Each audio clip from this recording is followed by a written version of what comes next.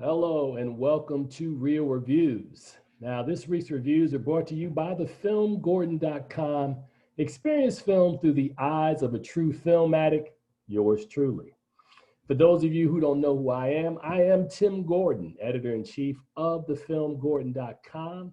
Now, on this show, we discuss my views on upcoming films, and you can also read or listen to past reviews either at thefilmgordon.com or at Spreaker.com Film Gordon. Now, this week on the show, we cover Ma Rainey's Black Bottom, which is an American drama and a part of master playwright August Wilson's Century Cycle, the second of his films to get theatrical release after Fences back in 2018. And this film highlights the tensions and temperatures that rise over the course of an afternoon recording session in 1920 Chicago as a band of musicians await the trailblazing performer, the legendary mother of the blues, Ma Rainey, played by Viola Davis. Now, late to the session, the fiery Ma engages in a battle of wills with her white manager and producer over control of her music. As the band waits in her studio's claustrophobic rehearsal room, the ambitious trumpeter Levy, played by the late Chadwick Boseman, who also has an eye for Ma's girlfriend, is determined to make his own claim in the music industry, spurs his fellow musicians into an eruption of stories, truths, and lies that will forever change the course of their lives. Now, of course, this adaptation of August Wilson's work is directed by George C. Wolfe and written by Ruben Santiago-Hudson based on the play of the same name from August Wilson. Produced by Denzel Washington, Todd Black, and Dany Wolf. The film, also stars Viola Davis, as I said, Chadwick Boseman, along with Glynn Turman, Colman Domingo, Michael Potts in supporting roles. Now, as I said earlier, 2 years ago, Fences with Denzel Washington, Viola Davis, the first of the Century Cycle plays that Denzel has agreed and worked out a deal that he will bring August Wilson's work to the screen, was released. It was released to what I thought was some very unfair reviews, with people talking about it looked like it was theatrical. I mean, there are tons of theatrical or plays that have been converted to the screen that I haven't heard that criticism that they felt like they were on the stage, but we got that. Here's the second one now. Denzel has brought Ma Rainey's Black Bottom. There's a lot of anticipation for this film for several reasons. That, of course, Denzel Washington's name being attached to another film, Oscar winner Viola Davis, who won her second Oscar in Fences, is back in this role. But the biggest buzz for this film was that, unfortunately, with the untimely death of Chadwick Boseman in late August, that this became the final film that would be a part of his filmography. So with all that going in, let's talk a little bit about this film itself and what it is. As you heard in my description at the beginning of the film literally takes place in like maybe limited locations, but it's kind of a character study, which a lot of August Wilson's work are, what his work is, and which a lot of them had been. And in this story, you see kind of a battle of these wills. And in the wills is you have kind of the lion, who is Ma Rainey, expertly played, I think, by Viola Davis, who, they've done her hair and makeup in a way. She's got the gold grills that Ma Rainey wore during that time period. And Viola Davis, who's a master actor anyway, you give her a costume, she really gets into the role of Ma Rainey, and she really gets into it in a way that I think is very, very effective.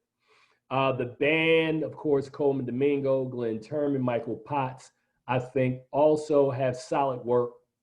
But a lot of this film reminds me, if you think about Dreamgirls, that no matter what you have with all the other characters, it's written to be a showcase for a singular character, And in Dreamgirls, when you watch that, it's always about Effie. Like everybody else can be in that film, but the story is really Effie's story. And in this story, Ma Rainey's Black Bottom, is really Levy's story. And Chadwick Boseman, you know, we always hear the cliche that you save the best for last. Chadwick Boseman, in my estimation, and I've seen his entire body of work, does his best work as the character Levy in this film. You know, now knowing what we know about Chadwick Boseman, which makes this performance even more astounding, is that he's sick, physically sick, but he's able to grab one last ounce of whatever it took in order to take August Wilson's words, Ruben Santiago's screenplay, and infuse this character with so much bitterness, so much ambition, so much just. I'm trying to figure out what I watched and put it into words. I thought Chadwick Boseman was just fantastic in this role. There's one particular scene, and we always, as critics, joke about the Oscar scene. You know, whenever you see a scene, you're like, oh yeah, that's going to be the clip that they're going to play at the Academy Awards. And there's one particular scene where his bandmates and him are down there, and it's this hot, sweaty afternoon. And they tease him about being, as they use the phrase, spooked by the white man. And he does a monologue that not only has the cast, his cast members standing there looking in awe, but when you watch the film at home, you will mirror the same emotions that the band displays. It's an outstanding piece of work that makes you understand his pain, understands his struggle, and understands his ambition, all in the course of a 3 to 4 minute scene. That scene is so well written by August Wilson, so well adapted by Santiago, and so articulated by Boseman that we understand not just the heart of his story, but the heart of the story itself. I thought that what they did in Ma Rainey, the performances are top notch across the board. Every actor was on their A game. Boseman and Viola Davis are, to me, on another level. But I thought all the performances across the board was great. My issue is this: I'm not sure how I feel about the film. Again, much like I loved both the work of Denzel Washington and Viola Davis in Fences. You know, as one of the few critics, I should say, because I'm sure I'm not the only one, but I've been blessed and lucky enough to have seen all 10 of August Wilson's Century Cycle plays.